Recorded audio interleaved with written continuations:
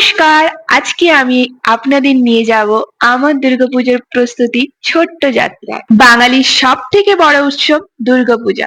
তাই আমিও ভেবেছি আমার রুমটাকে একটু নতুন ভাবে সাজাবো। তাই পুজোর এই কয়েকটা দিন ঘরদোর পরিষ্কার করা দিয়েই আমার সময়টা কাটছে। যদিও আমি চেষ্টা করি প্রতি মাসে বাড়ির প্রত্যেকটা রুম একদিন একদিন করে বা বাড়ির প্রত্যেকটা কণা একদিন একদিন করে পরিষ্কার পরিচ্ছন্ন করে রাখার, ডিপ ক্লিন করে রাখার চেষ্টা করি।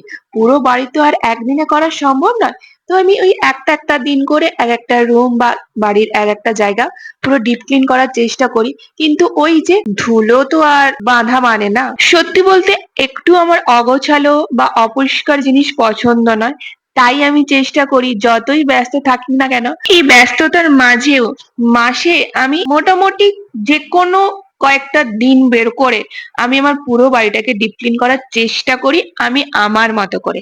আর সামনেই যেহেতু দুর্গাপুজো, তো নিজেরা সাজুগুজু করবো আর আমি আমার বাড়িটাকে একটু পরিষ্কার পরিচ্ছন্ন রাখবো না, তা আবার হয় না। তো সকাল থেকে তাই লেগে পড়েছিলাম আমি আমার রুমটাকে ভালো করে ডিপ ক্লিন করে একটু সাজুগুজু করানোর জন্য। কারণ বাড়ির প্রত্যেকটা রুম পরিষ্কার করা হয়ে গেছে। তা বলে এটা কিন্তু নয় যেই কয়েকটা দিন আমি এই বাড়ি ডিপ ক্লিন করি সেই কয়েকটা দিন আমার কাজ খুবই কম থাকে, একদমই না।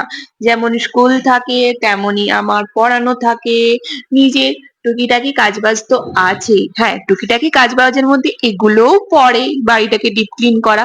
তার জন্য তো ইয়ে প্রতিদিন করি না, মাসের কয়েকটা দিন মোটামুটি এটা আমি করব। এটা একটা নেশার মতো আমার হয়ে গেছে। এটার জন্য আমি কিন্তু বাড়িতে বকাও খাই। বাট অন্যান্য মাসের কথা আলাদা। বেশিরভাগ অন্যান্য মাসে আমি সানডে দেখেই করার চেষ্টা করি। বাট এই কোনো ওকেশনে তখন তো আর সানডে জন্য অপেক্ষা করলে হবে না, বলো। পরিষ্কার শেষে শুরু হলো সাজানোর পালা। হ্যাঁ, বেশি কিছু চেঞ্জ করিনি, আমার রুমটা যেমনই ছিল তেমনই আছে, জাস্ট একটু নতুন লুক।